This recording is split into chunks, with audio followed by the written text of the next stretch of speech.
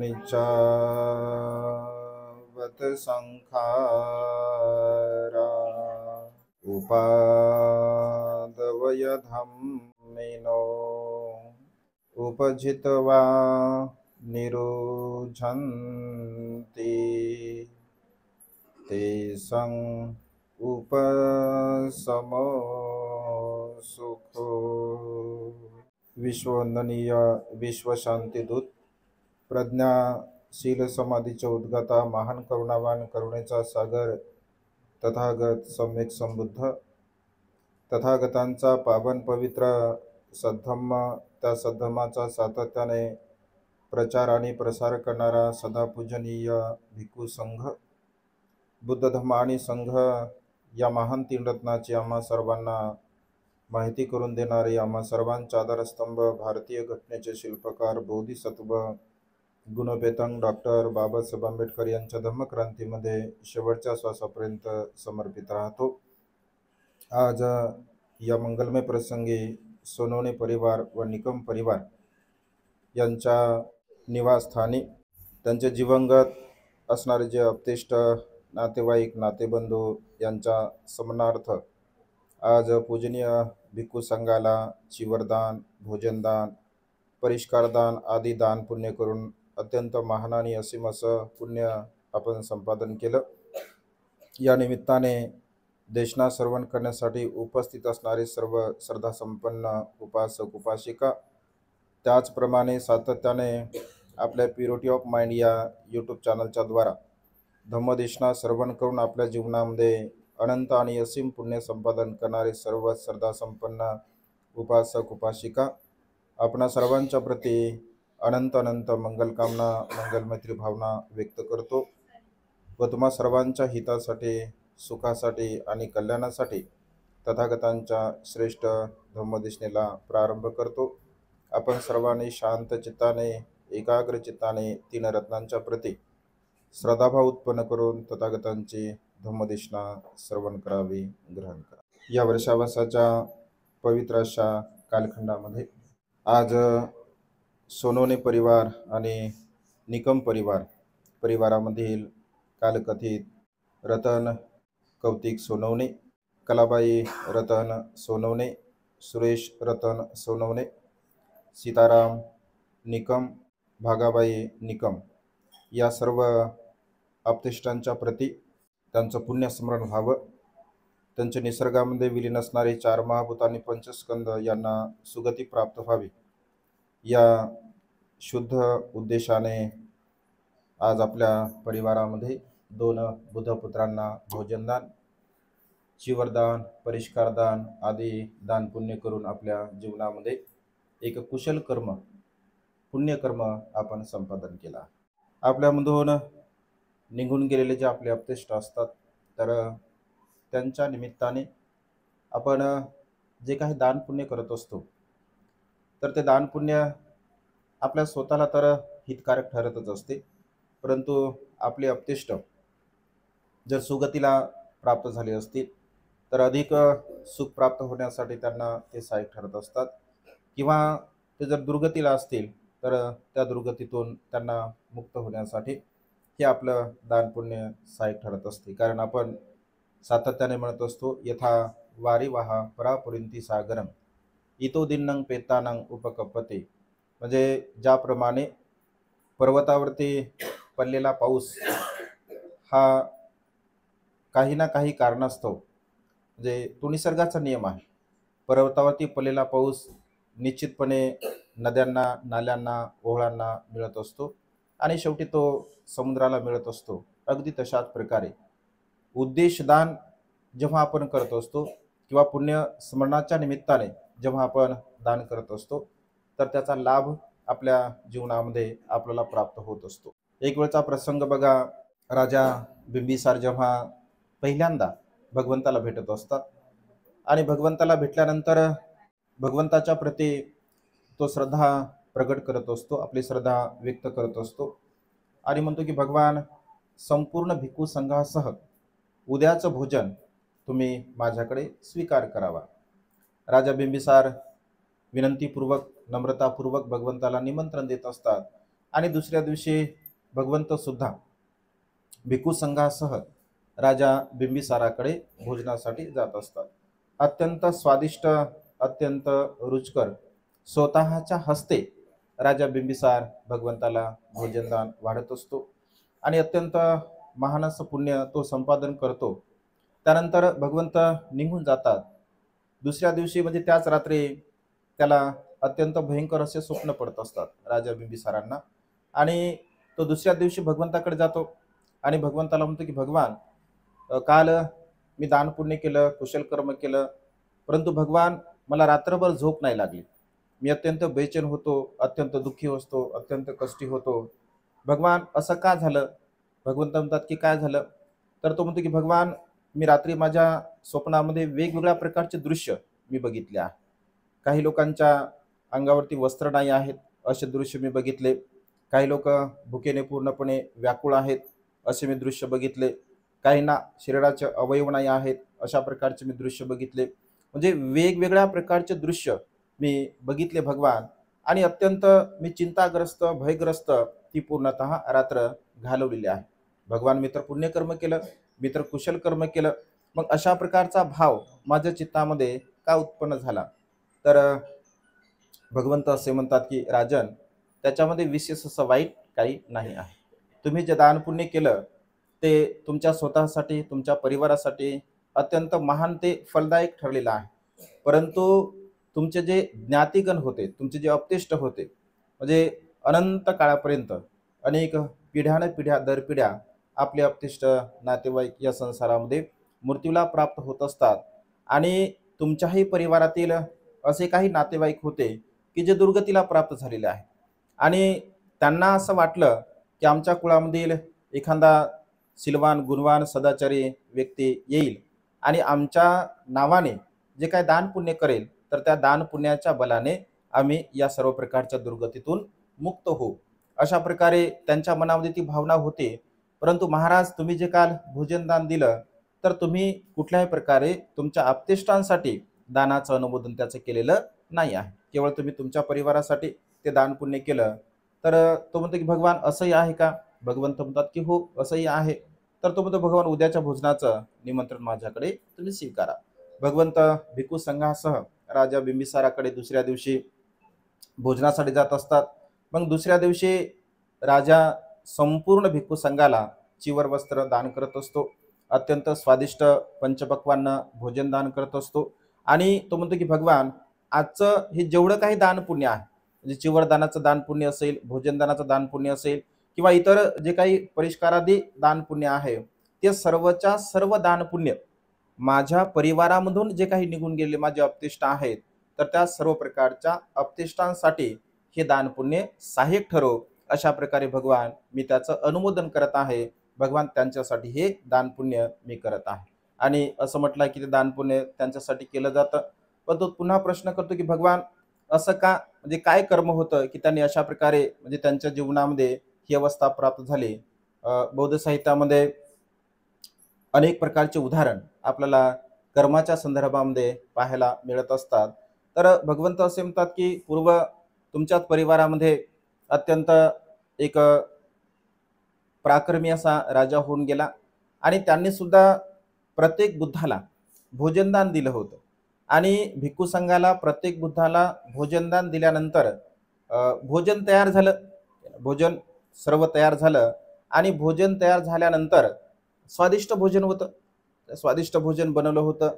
तर हे जे दुर्गतीला प्राप्त झालेले जे अपतिष्ट आहेत, तर यांनी जे भोजन बनवलं, भोजन बनवता बनवता हा पदार्थ कसा झाला बघू द्या, खाऊन घेतला थोडासा, तो पदार्थ कसा झाला बघून घ्या, खाऊन घेतला थोडासा. म्हणजे असं करू करू ते जेवढे काही पदार्थ बनवले ते सर्वच्या सर्व पदार्थ त्यांनी म्हणजे खाऊन घेतले. म्हणजे कुठल्याही प्रकारे प्रत्येक बुद्धाच्या किंवा भिक्खू संघाच्या उद्देशाने केलेलं जे भोजनदान होतं, तर त्यांनी मात्र ते खाल्लं. आता खाल्लं तर काय म्हणजे चांगल्या मनाने खाल्लं का? ते नाही, तर चोरून खाल्लं ना. जसं की समजा बनवलं भोजन समजून घ्या, तर लहान लेकरू आपल्या घरामधलं असतं, तर त्याला काय म्हणजे तो असं डायरेक्ट जाऊन घेतो का? नाही घेत. तो पाहतो कोणी आहे का, कोणी पाहते का मला इकडं तिकडं, म्हणजे चोरून घेत असतो.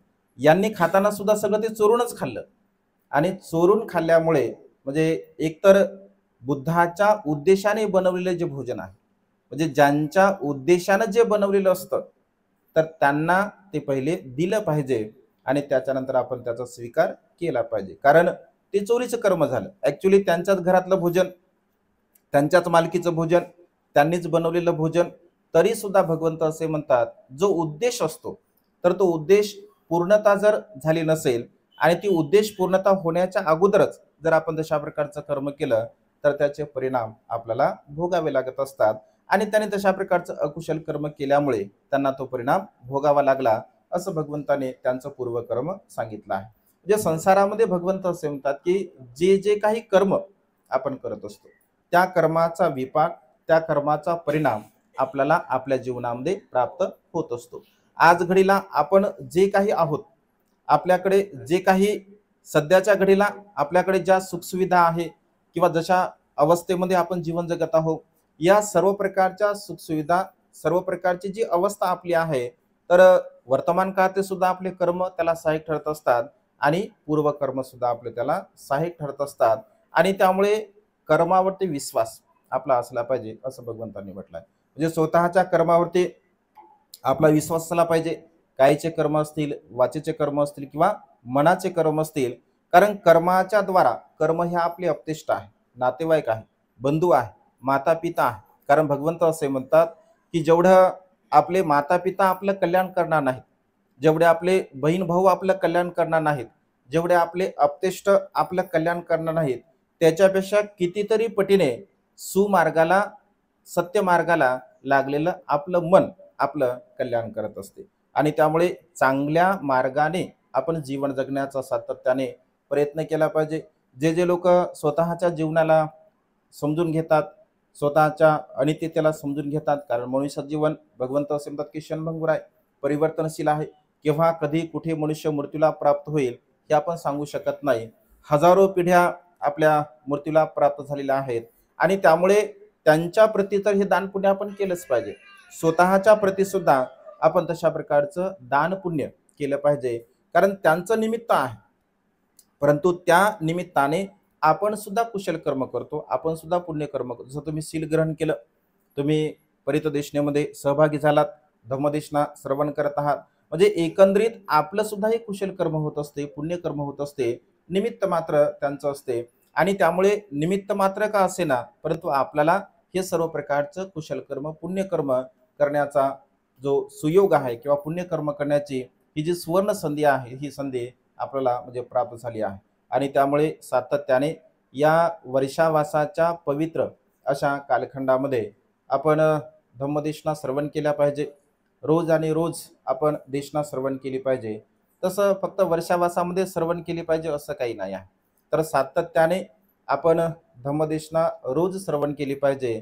रोज भगवंताचे वचन आपल्या कानावरती पडले पाहिजे, कारण मनुष्याचं जीवन आपण बहिर्मुखी बहिर्मुखी आपलं जीवन जगत आहोत.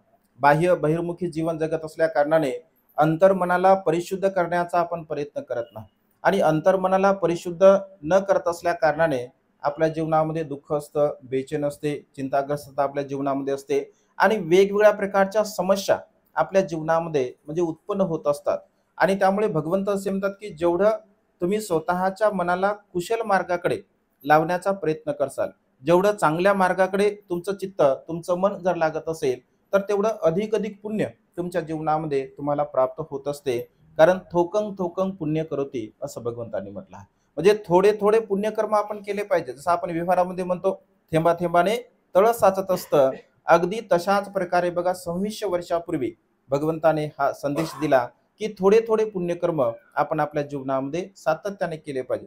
रोज आणि रोज आपण पुण्यकर्म केले पाहिजे. माता विशाखा रोज पुण्यकर्म करायचे, अनाथ पिंडक रोज पुण्यकर्म करायचा.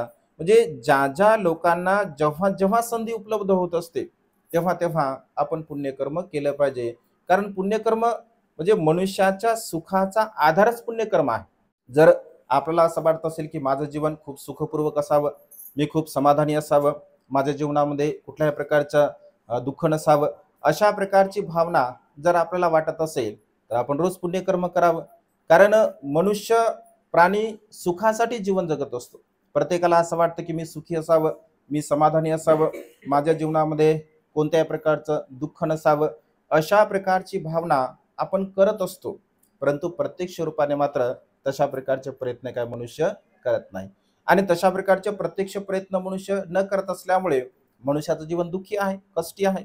मनुष्य बेचैन असतो सातत्याने आणि पुन्हा पुन्हा पुन्हा पुन्हा मनुष्य दुःखाला प्राप्त होत असतो. आणि म्हणून तर म्हटलं, आनंद बंतीने जेव्हा भगवंताला प्रश्न केला की भगवान, किती आश्चर्य आहे भगवान, किती अद्भुत आहे भगवान, आपल्यासारखे सम्यक संबुद्ध या संसारामध्ये आहे, एवढा मोठा पवित्र धम्म आहे, भिक्खू संघ आहे, तरी सुद्धा भगवान लोक दुःखमुक्तीच्या मार्गाने वाटचाल का करत नाही, असा प्रश्न केला आनंदाने बनतेंना भगवंतांना. तर भगवंत असं म्हणते, आनंद, भगवंत झाडाखाली बसलेले असतात, झाडाची पानं भगवंत आपल्या हातामध्ये घेतात आणि आनंदाला म्हणते, आनंदा, माझ्या हातामध्ये असणारी पानं अधिक आहेत का या जंगलामध्ये झाडाला लागलेली पानं अधिक आहे. तर तेव्हा आनंद म्हणतो की भगवान, तुमच्या हातात तर अगदी म्हणजे मोजकेच पानं आहे, आपण सहज त्याला मोजू शकतो, परंतु या संपूर्ण जंगलामध्ये एवढे पानं आहेत की त्याची अगणित आहे, ते मोजू शकत नाही आपण, एवढे पानं आहे. अगदी तशाच प्रकारे या संसारामध्ये सुखाच्या मार्गाने मार्गकर्म करणारे लोक फार कमी आहे. भगवंत असे म्हणतात की नदीच्या काठाकाठाने जाणाऱ्या लोकांची संख्या जास्त असते. त्या नदीच्या प्रवाहामध्ये उडी घेऊन त्या नदीच्या प्रवाहाला पार करून पैलतीरी जाणाऱ्याची संख्या मात्र फार कमी असते. किनाऱ्या किनाऱ्याने लोक जीवन जगत असतात. म्हणजे परिणामतः सद्धमाला पाहतात, जाणतात, समजून घेतात, परंतु प्रत्यक्ष रूपाने प्रॅक्टिकली त्याचं जेव्हा अनुसरण करण्याचा प्रसंग आपल्या जीवनामध्ये येतो तर तेव्हा बघा मनुष्य आचरण करत नाही. आणि त्यामुळे साहजिकच आहे, आपल्या जीवनामध्ये आपल्याला सुख सुद्धा प्राप्त होत नाही. आणि त्यामुळे जर तुम्हाला असं वाटतं की माझं जीवन सुखी असावं, समाधानी असावं, मी खूप चांगल्या प्रकारचं जीवन जगावं, तर सातत्याने आपण पुण्यकर्म केले पाहिजे, सातत्याने कुशल कर्म केले पाहिजे आणि तीन रत्नांच्या प्रती दृढ श्रद्धा असली पाहिजे. तीन रत्नांच्या व्यतिरिक्त आपली बिलकुल श्रद्धा नसली पाहिजे. जर तुम्हाला असं वाटतं की माझं जीवन सुखपूर्वक जगलं पाहिजे मी, तर तीन रत्न केवळ आपले श्रद्धास्थान असले पाहिजे, अन्य कुठेही प्रकारे आपलं श्रद्धास्थान नसलं पाहिजे. आणि अन्य ठिकाणी जर आपण श्रद्धा ठेवत असेल, मग इकडे आड तिकडे वीर मनुष्याची होत असते आणि सुखाचा जो मार्ग आहे तो सुखाचा मार्ग बघा म्हणजे मनुष्य विसरून जात असतो. आणि त्यामुळे केवळ बुद्धरत्न, धम्मरत्न आणि संघरत्न या तीन रत्नांच्या व्यतिरिक्त माझे या संसारामध्ये कोणत्याही प्रकारचं श्रद्धास्थान नाही, अशा प्रकारची भावना आपण आपल्या जीवनामध्ये केली पाहिजे. नाहीतर सध्या धर्मांचा उन्माद म्हणजे माजलेला आहे, जिकडे तिकडे केवळ उन्माद आहे. आणि त्यामुळे या उन्मादामध्ये लोक बघा या अकुशल मार्गाच्या प्रवाहामध्ये, अंधश्रद्धेच्या प्रवाहामध्ये, कर्मकांडाच्या प्रवाहामध्ये, यज्ञयाग असेल, ईश्वरवाद असेल किंवा अनेक प्रकारच्या खुल्या संकल्पना असतील, या संकल्पनेच्या द्वारा हा मनुष्य या अकुशल कर्माच्या प्रवाहामध्ये वाहून जात आहे. आणि मनुष्याला असं वाटतं की मी सुखी आहे, मी समाधानी आहे, मी सुद्धा करत आहे, मी सुखाचा मार्ग धारण करत आहे. परंतु असत्य मार्गाने जर हजारो वर्ष आपण जरी जीवन जगलं असेल तर मनुष्य सत्यापर्यंत कधीही पोहोचू शकत नाही. जर चुकीच्या प्लॅटफॉर्मवर जर आपण दिवसभर जरी उभे राहिलो तर गाडी कशी काय येणार आहे, गाडी येणारच नाही ना. तुम्ही दिवसभर जरी समजा उभे राहिले, बसलात तिथे प्लॅटफॉर्मवरती, तरी गाडी येणार नाही. कारण का गाडी येणार नाही, तुम्ही चुकीच्या प्लॅटफॉर्मवर उभे राहिले आहात. तर त्यामुळे संसारामध्ये जीवन जगत असताना सुखाचा मार्ग कोणता हे आपल्याला कळालं पाहिजे. आणि सुखाचा मार्ग जर आपल्याला कळाला असेल तर त्या मार्गाने वाटचाल करण्याचा आपण प्रयत्न केला पाहिजे. तसं मार्ग शोधण्याची काय आपल्याला आवश्यकता नाही आहे. बाबासाहेबांनी ऑलरेडी आपल्याला मार्ग म्हणजे दिलेला आहे. म्हणजे आपल्याला कुठल्याही प्रकारचे परिश्रम करायची गरज नाही आहे. नांगरणी असेल, वखरणी असेल, डवरणी असेल, निंदणं असेल, खुरपणं असेल, हे सर्व काही बाबासाहेबांनी करून ठेवलं. फक्त आपल्याला आता जमिनीमध्ये पेरणी करायची आहे आणि फळं चाखायची आहे. एवढंही जमत नाही बघा सध्या मनुष्यांना. आणि त्यामुळे असंख्य लोक दुःखी आहे, असंख्य लोक कष्टी आहे, बेचैन आहे. आणि त्यामुळे लोक समजतात की आम्ही तर खूप काय करतो पण आम्हाला सुखच लाभत नाही, आम्ही तर खूप काही धम्माचरण करतो, आम्ही उपवासशील पालन करतो, आम्ही रोज विहारात जातो, आम्ही पंचशील घेतो, आम्ही बुद्धवंदना घेतो, घरी परित्राण घेतो, भक्तांना भोजनदान देतो, सगळं काही करतो, पण आम्हाला काही सुखच लाभत नाही, असं लोक म्हणतात. आपण कर्तव्य म्हणून करणे हा भाग वेगळा आणि पुण्यकर्माचा भाव मनामध्ये ठेवून करणे हा भाग वेगळा आहे. म्हणजे पुण्यकर्म म्हणून आपण त्या गोष्टी केल्या पाहिजे, कर्तव्य म्हणून तर कधी कधी मनुष्य करत असतो. म्हणजे मनुष्याच्या जीवनामध्ये आपण नेमकं काय करतो, कशासाठी जीवन जगतो, हे सुद्धा कधी कधी बघा मनुष्यांना समजत नाही, कळत नाही. आणि त्यामुळे मार्ग मनुष्य चुकलेले आहे. आणि मार्ग चुकलेले असल्या कारणाने आपल्या जीवनामध्ये बघा आपल्याला काही सुख प्राप्त होत नाही. आणि त्यामुळे सातत्याने आपण योग्य मार्गाला जाणलं पाहिजे, योग्य मार्गाला समजून घेतलं पाहिजे. कारण उपवासात लोक धारण करतात, तर नेहमीच उपवासावर आम्ही बोलत असतो किंवा उपवासशील पालन केलं पाहिजे. माता विशाखेने वयाच्या 7व्या वर्षापासून 120 वर्षापर्यंत उपवासशील पालन केलं, त्यामुळे तिला तसा लाभ झाला. अनेक उपासक उपासिका होत्या, त्यांना तसा लाभ झाला. उपवासशील पालन केले पाहिजे. लोक उपवासशील पालन करतात, उपवासशील पालन करतात. आणि प्रश्न लोकांचा काय असतो, म्हणजे संध्याकाळी जमते का थोडं खायला, म्हणजे दुसरं काहीच नाही आहे, म्हणजे बाकीचं सगळं जाते बाजूला, पण थोडंसं खाल्लं जमते का, एखादं फळ, थोडंसं एखादं फळ, नाही तर मग खीर, नाही तर मग दूध, आता काहीतरी खाल्लं का जमते का. सगळा खाण्यावरच जोर. म्हणजे फक्त उपवासात म्हणलं की लोकांना असं वाटते खाल्लं पाहिजे, म्हणजे सकाळी 12च्या आतमध्ये खाणे आणि संध्याकाळी न खाणे, बस एवढंच. बाकी मग कोणाला शिवा द्या, कोणाला अपशब्द बोला, चोऱ्या करा, काय काय करायचं ते करा, पण लोकांना असं वाटतं बघा खाल्लं की. म्हणजे उपवास आणि उपोषण यामधला जो फरक आहे तो लोकांना अद्याप बघा कळालेलाच नाही आहे. वारंवार आम्ही प्रत्येक देशण्यामध्ये सांगतो की उपोषण हे 8 सील पालन करायचे असतात. आपला एका सीलावर जोर असते, 12च्या आतमध्ये खाल्लं पाहिजे म्हणते. आणि असं भारी भोजन बनवतात ज्या दिवशी उपोषण आहे त्या दिवशी, एकदम पंचपक्वान्न. एवढं खाल्ल्यानंतर माणसाला कसं, माणूस सतर्क राहील, एक ना जागरूक कसा राहील मनुष्य. म्हणजे उद्देश हा आहे की मात्रा भोजन, आपल्या जीवनामध्ये मात्रा भोजन असलं पाहिजे. मात्रा भोजन जर आपल्या जीवनामध्ये नसेल तर बघा कुठल्याही प्रकारचं पुण्यकर्म आपण करू शकत नाही. मात्रा भोजन म्हणजे काय, शरीराला जेवढं आवश्यक असतं तेवढंच आपण खाल्लं पाहिजे. म्हणजे शरीर दुसऱ्या दिवसापर्यंत जेवढी एनर्जी म्हणजे क्रिएट करू शकते तेवढ्या वेळापर्यंत तेवढं अन्न आपण ग्रहण केलं पाहिजे. नाही तर लोक उपवास धरतात बघा, ऐक नाही, सकाळी केळी खातील, ॲपल खातील, ऐक नाही काय भगर खातील, काय काय खातात, तोंड सुरूच राहते दिवसभर. काय म्हणते तुम्हाला उपवास आहे म्हणते, ऐक, सुरूच दिवसभर. आणि संध्याकाळी सोडवायचा म्हणा. म्हणजे रोज जेवढी कॅलरीज घेत नाहीत त्याच्यापेक्षा कितीतरी पटीने कॅलरीज खातात ज्या दिवशी उपवास आहे त्या दिवशी. उपवास कशासाठी असतो, 2 कारणाने उपवास असतो बघा. एक तर थोडा पोटाला आराम भेटला पाहिजे, कारण चक्की आहे त्या आतमध्ये, चक्कीला आराम पाहिजे, मशीनला कधीतरी आराम पाहिजे. आराम मिळावा म्हणून सुद्धा एक वेळचं भोजन ग्रहण करायचं असतं. आणि आपलं सील पालन सुद्धा आपण केलं पाहिजे. उपोषित सील पालन करून आपल्या जीवनामध्ये अनंत आणि असीम पुण्याचे भागीदारी आपण होऊ शकतो. विशाखा मातेला भगवंत उपदेश करताना असं म्हणतात की विशाखा, उपोषित सील धारण करणारा व्यक्ती एक चक्रवर्ती राजा असेल की ज्या चक्रवर्ती राजा तो सर्व प्रकारच्या सुखाचा अनुभव घेतो. चक्रवर्ती राजा म्हणला तर सर्व सुख त्याला जेव्हा जे पाहिजे तेव्हा तो ते प्राप्त करू शकतो. अशा प्रकारचा चक्रवर्ती राजा आपल्या जीवनामध्ये त्या सुखाला प्राप्त करतो. उपोषित धारण करणारा व्यक्ती त्या चक्रवर्ती राजापेक्षा 16 पटीने सुखाचा अनुभव करत असतो. एवढं उपोषित पालनाचं महत्व आहे बघा. आणि लोक पालन करतात वर्षानुवर्ष, आम्हाला काय सुखच नाही म्हणतात, म्हणते मिळतच नाही. मिळालं कसं, जे चुकीच्या मार्गाने जर आपण करत असेल किंवा कर्मकांड म्हणून जर आपण ते करत असेल किंवा करायचं म्हणून ते लोक उपवास करतात, मग चला आपण उपोषित केलं पाहिजे. ऐक ना, अनेक म्हणजे रूढी आणि परंपरा एवढ्या म्हणजे आपल्या लोकांमध्ये भिडलेल्या आहेत बघा. आता नवीन नवीन फॅड झालेला आहे. पहिले काळी मणी घालायचे नाही असं म्हणतात, म्हणजे काळी मणी घालू नये असं म्हणतात, ऐक ना. आता आपल्या महिला बघा त्या सोन्याच्या मण्यामध्ये अशोक चक्र बनवतात गळ्यात. अशोक चक्र, ऐक, अशोक चक्र आता तुम्ही बनवलं असं लय जणींनी, मला माहिती आहे. मला सांगा, अशोक चक्र हे गळ्यात घालायची वस्तू आहे का? म्हणजे अशोक चक्र हे धम्म आहे, म्हणजे धम्माचं ते प्रतीक आहे. चक्रवर्ती सम्राट अशोकांनी जे अशोक चक्र निर्माण केलं ते का सहज निर्माण केलं का?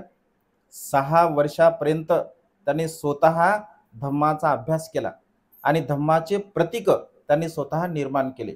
अशोक चक्राचे जे 24 आर्य आहेत, आता काही काही लोक असं म्हणतात की त्या 24 चक्राच्या आर्यावरून 24 घंटे तयार केले म्हणतात घडीचे, है की नाही. असे लोक म्हणतात 24 घंटे आहेत ना, 24 असं फिरते, 24 घंट्याचं म्हणजे अशोक चक्र. कोणी कोणी असंही म्हणते मैत्री, करुणा, मुदिता, हे सगळे सगळे काय असे 24 प्रकारचे सिद्धांत बघा व्हॉट्सअपला वगैरे कधीतरी आपण वाचत असतो. हे सगळं खोटं आहे. कोणी म्हणते बुद्धाचे 9 गुण, धम्माचे 6 गुण, संघाचे 9 गुण, एकूण मिळून 24 होतात, मग ते धम्मचक्र आहे. हे सुद्धा तात्पर्य म्हणजे बरोबर नाही आहे. थोड्याफार प्रमाणामध्ये ते ठीक आहे, परंतु चार आर्य सत्याचं प्रतीक हे अशोक चक्र असते. जे चार आर्य सत्यातील पहिलं सत्य आहे दुःख. दुःखाच्या 12 कडे आहे. म्हणजे दुःखाचे किती अंग आहेत? 12 अंग आहे. जन्म घेणे दुःख आहे, म्हातारपण दुःख आहे, मृत्यू दुःख आहे, म्हातारपण दुःख आहे, आजारपण दुःख आहे, मृत्यू दुःख आहे, यंपींची न लभंती दुःख, इच्छेची पूर्ती न होणे दुःख आहे, आणि संकितेन पचुपादान खंदा दुःख. त्यानंतर पियोबी दुःख, अपियोबी दुःख म्हणजे प्रिय व्यक्तीला सोडून जाणे हे सुद्धा दुःख आहे, अप्रिय व्यक्तीला भेटणं हे सुद्धा दुःख आहे. कसं अप्रिय व्यक्तीला भेटणं दुःख आहे? समजून घ्या तुमचं पटत नाही, कोणाचं पटत नाही समजून घ्या, आणि तुम्ही रस्त्याने चालता चालता तुम्हाला ठेच लागले आणि तुम्ही पडले. तेवढ्यामध्ये समोरून तुम्हाला कोणीतरी असा व्यक्ती दिसला की बिलकुल तुमचा त्याचा 36चा आकडा आहे. त्याला पहिल्या काय आनंद वाटेल का आपल्याला? सहज मनामध्ये उत्पन्न माणसाच्या भाव होते, हिचं तोंड पाहिल्यामुळं मला ठेस लागली. म्हणजे आपण चाललो इकडे तिकडे उचल्यासारखं पाहत त्याचा विचार नाही करत माणूस. म्हणजे समोर त्याला अपियोबी दुःख, अप्रिय व्यक्तींचा संयोग होणे हे सुद्धा दुःखकारक आहे. म्हणजे आणि संखितेन पचुपादान खंदा, रूप, वेदना, संज्ञा, संस्कार आणि विज्ञान म्हणजे दुःखाच्या 12 कडे आहे. त्यानंतर दुःखाच्या समुदायाच्या 3 कडे आहे, कामतृष्णा, भवतृष्णा आणि विभवतृष्णा. त्यानंतर दुःख निरोधाची 1 कडी आहे, आणि मार्गाचे आर्याष्टांगिक मार्ग आहे. म्हणजे 12 आणि 8 किती? 12 आणि 8 20 पियोबी दुःख, त्याच्या 3 तृष्णा, कामतृष्णा, भवतृष्णा, विभूतृष्णा आणि निरोध हे 4. म्हणजे 24 आर्य, हे 24 प्रकारचे सिद्धांत 4 आर्य सत्यामध्ये अंतर्भूत केले आहे. आणि त्यामुळे बघा चक्र बनवलं सम्राट अशोकांनी, आपले लोक गळ्यात घालतात. आता तर बुद्धाचा फोटो सुद्धा गळ्यात घालतात बघा, नाही की नाही? बुद्धाचा फोटो गळ्यामध्ये घालतात लोक. बाबासाहेबांचा सुद्धा धनवान लोक बाबासाहेबाचा फोटो सोन्याचा बनवून, एकदा मुंबईला गेलो, एवढी बुद्धाची मूर्ती त्यानं बनवली सोन्याची, अशी गळ्यामध्ये एकदम असं दाखवत होता आम्हाला. मी म्हणलो बुद्ध काय गळ्यात घालायची वस्तू आहे का? आता लॉकेट पण बघा, लॉकेट सुद्धा बनवले बुद्धांचे बघा. या सर्व गोष्टींना आपण विरोध केला पाहिजे. बुद्ध काय शोभेची वस्तू आहे का? बिलकुल नाही. तरुण पोरं दंडावर, बुद्ध, बाबासाहेब दंडावर, ऐक ना. आता बाबासाहेब बुद्ध म्हणजे लायकी तरी आहे का बाबासाहेबाला जवळ ठेवायची? थोडासा जर विचार केला असेल, बाबासाहेब एवढे महापुरुष आणि तुम्ही त्यांच्या हातावर झळमटपच आंघोळ करत नसाल 4-4 दिवस, 8-8 दिवस, आणि त्या हातावर बुद्ध आहे की नाही, घामानं सगळं आहे की नाही, टी शर्ट वर बुद्ध आहे की नाही. आता म्हणजे आपण धुतो, त्याला कुचवतो, धुताना बुद्धाला कुचवतो की नाही आपण? बाबासाहेबांना हे करतो का नाही? म्हणजे छोट्या छोट्या गोष्टी आहेत. म्हणजे धम्म कशा प्रकारे विद्रुपीकरण धम्माचं आपण करतोय, किंवा धम्माचं अनुसरण नेमकं म्हणजे आचरण करायचं दिलं सोडून, आणि बाह्य गोष्टीमध्ये मनुष्यांचं चित्त अधिक लागल्यामुळे सुख प्राप्त होत नाही. म्हणजे दाखवण्यामध्ये सर्व काय चाललं आहे, आणि दाखवण्यामध्ये सर्व काय चाललं असल्या कारणाने सुखापासून मनुष्य म्हणजे प्रवृत्त होत आहे. मृगजळ म्हणजे मनुष्य मृगजळाला सुख समजत आहे. हरिण मृगजळाला पाहतो, त्याला वाटते पाणी आहे, पाणी आहे, पाणी आहे, आणि त्याला काय वाळवंटामध्ये पाणी काय भेटत नाही. अगदी सध्याच्या घडीला मनुष्यांची मानसिकता सुद्धा तशीच आहे.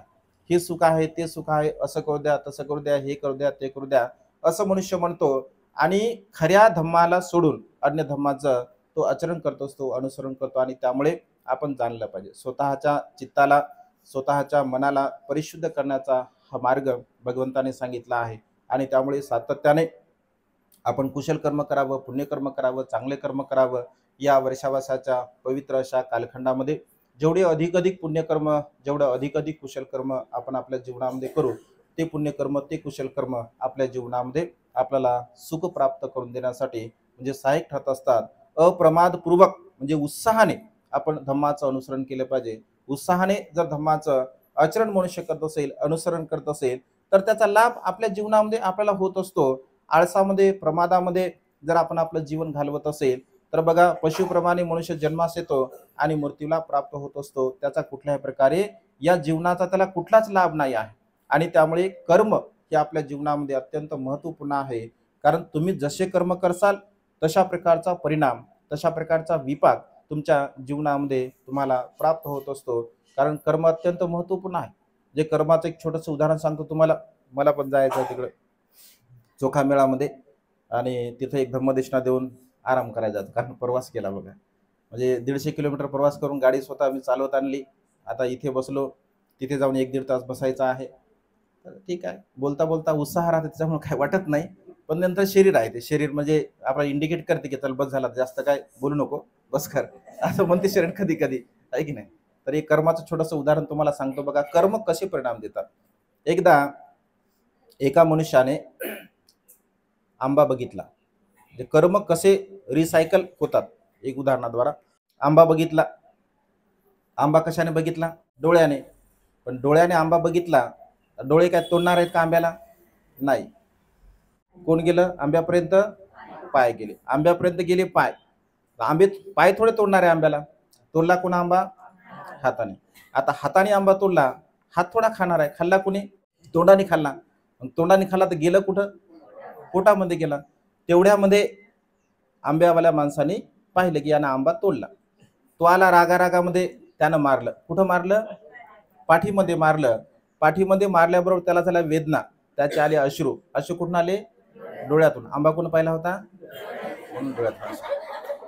म्हणजे हा बघा कर्माचं रिसायकल आहे. म्हणजे जे करल त्याला ते भोगावं लागते आहे की नाही. जर तुम्ही कायेनं कर्म करसाल वाईट तर तुमची काया भोगते. तुम्ही वाचेनं कर्म करसाल वाईट तर तुमची वाचा भोगते. तुम्ही मनानं कर्म करसाल वाईट तर तुमचं मन भोगत असते. म्हणजे या 3.5 हाताच्या शरीरामध्ये काया वाचा मनाच्या द्वारा आपण जे काही कर्म करत असतो त्याचे परिणाम त्यालाच मिळत असतात. म्हणजे वाणी कर्म करेल शरीराला ते भोगावं लागतील असं बिलकुल नाही आहे.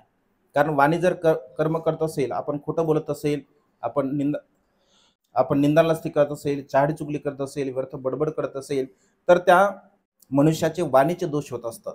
आणि मनुष्य शरीराने जर कर्म करत असेल, प्राण्यांची हिंसा करत असेल, चोरी करत असेल किंवा अकुशल कर्म करत असेल तर शरीराला त्याचे परिणाम होत असतात. मनाने जर मनुष्य कर्म करत असेल तर मनाला त्याचे परिणाम भोगावे लागत असतात. आणि त्यामुळे हा कर्म सिद्धांत सातत्याने आपण आपल्या जीवनामध्ये धारण केला पाहिजे. जो करेल तो भरेल. भगवंत असे म्हणतात की कोण काय करतो, कोण कशा प्रकारचं जीवन जगतो याच्या भानगडीमध्ये आपण बिलकुल नाही पडलं पाहिजे. मी काय कर्म करतो, मी कशा प्रकारचं जीवन जगतो, मी स्वतः कशा प्रकारे सुखाच्या मार्गाने मार्गक्रमण करू, वाटचाल करू, याचं चिंतन मनन आपण आपल्या जीवनामध्ये केलं पाहिजे. आणि त्यामुळे आज या मंगलमय प्रसंगी आमच्या निकमाईने बऱ्याच दिवसापासून या भोजनाचं निमंत्रण स्वीकारून आपल्या आप्तेष्टांसाठी संपूर्ण सोनने परिवारातील आणि निकम परिवारातील जेवढे काही सदस्य दिवंगत आहेत, कालवश आहेत, तर त्यांच्यासाठी आज हे चिवरदानाचं दान पुण्य, भोजनदानाचं दान पुण्य, परिष्कार दान आदी संपूर्ण हे जे दान पुण्य केलं आहे, हे संपूर्ण दान पुण्य त्यांच्या निसर्गामध्ये विलीन असणारे 4 महाभूत आणि पंचस्कंद यांना सुगती प्राप्त हो. त्याचप्रमाणे तुम्हा सर्वांना सुद्धा तुमच्या जीवनामध्ये आयुष्यभर सुखाने बलप्राप्त हो. तुम्हा सर्वांच्या इच्छित आणि पार्चित मनोकामना ढगातून मुक्त झालेला शीतल चंद्रमा पण माने पूर्वतात जाऊ अशा प्रकारची मंगलमय आणि उदात कामना वेळेच्या अभावी या ठिकाणी व्यक्त करून ही धम्मदेशना संपन्न करतो. सर्वांचं मंगल हो, सर्वांचं कल्याण हो, सर्वांना दीर्घायुष्य.